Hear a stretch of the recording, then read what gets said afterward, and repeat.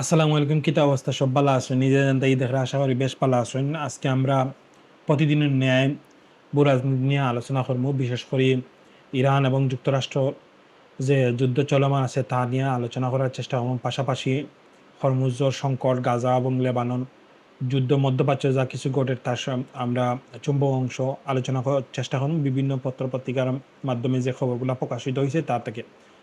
মধ্যপ্রাচ্য আসলে কিতা চলের? যুদ্ধ কিতা বন্ধ হওয়ার পথে না সংঘাত আরো সামনে দিয়ে যার?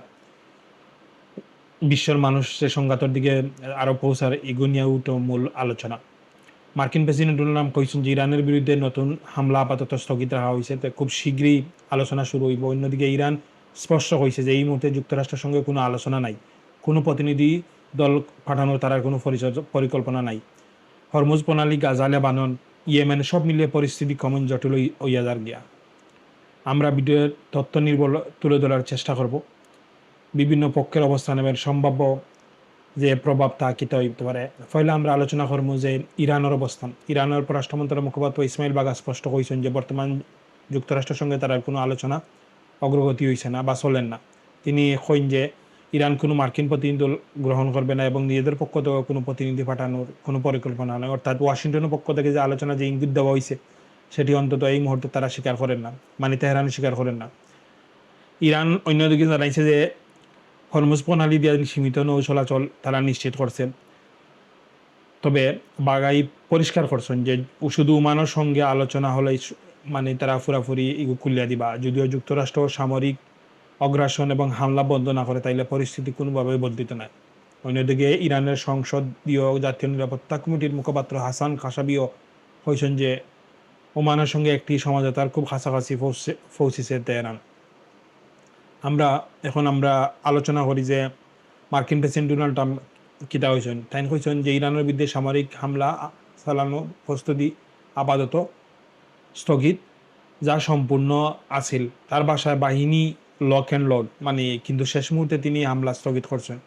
ট্রাম্পের দাবি সৌদি আরব, সংযুক্ত আরব আমিরাত, কাতার এমনকি ইরানও তাকে হামলা না করার কথা কলায় তাই নিগু করছেন। তার বক্তব্য ছিল আলোচনার সুযোগ এখনও রয়েছে। ট্রাম্প আরও কইছেন যে সোমবার থেকে যুক্তরাষ্ট্র ইরানের মধ্যে আলোচনা শুরু হইব।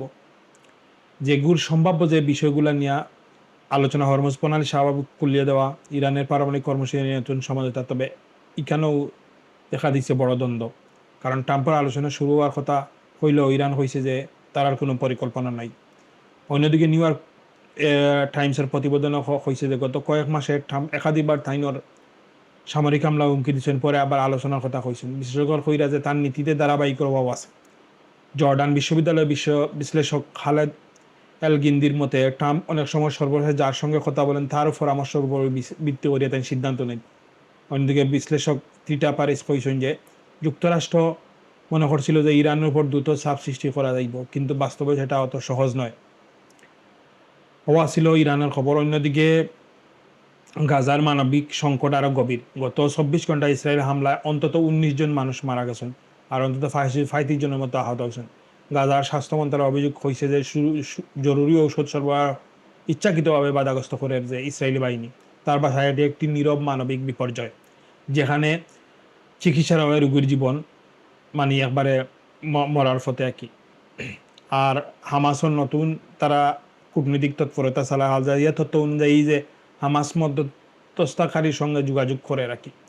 সংগঠনটি ব্রড অ্যান্ড পিস বা ইন্টারন্যাশনাল স্টেবিলাইজার ফোর্স নিয়ে আলোচনার পাশাপাশি গাজায় ইসরায়েলের সাম্প্রতিক সময়ে অভিযান বৃদ্ধির বিরুদ্ধে আন্তর্জাতিক সম্প্রদায় আরও শক্ত অবস্থান তারা রাখি।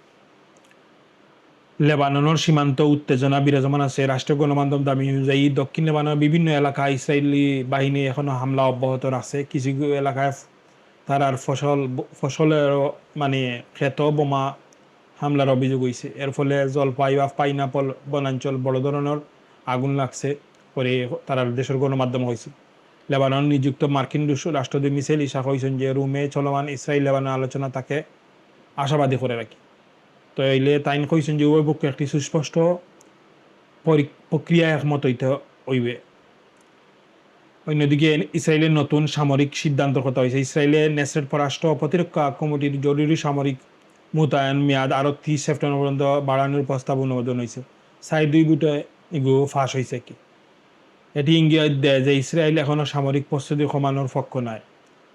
আর আর অন্য যে সব খবরের মধ্যে আর খবর হয়েছে ইরানের আইআরজিসি কইছে যে সংশ্লিষ্ট সেপাই নিউজ যেটা দাবি করছে যে হরমুজ প্রণালীর আকাশ উড়া একটা মার্কিন MQ-9 রিপার ড্রোন তারা উপাধি করছে, তবে এ দাবি স্বাধীনভাবে কোনো পর্যালোচনা করতে হয়েছিল।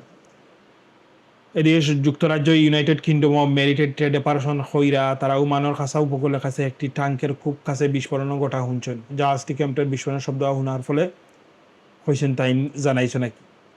ইরানের বা এই সামগ্রিক অবস্থা নিয়ে চীনের যে অবস্থান হইল, চীন অঞ্চল জুড়ে সংঘাত বৃদ্ধি নিয়ে তারা উদ্বিগ্ন। বেইজিং চায় যে তারা পরিস্থিতি শান্ত হোক আর অবনতি না ঘটে। আর এ খবরের মধ্যে আরও বড় খবর হইল যে মিশরের এক ভূমিকম্প হয়েছে।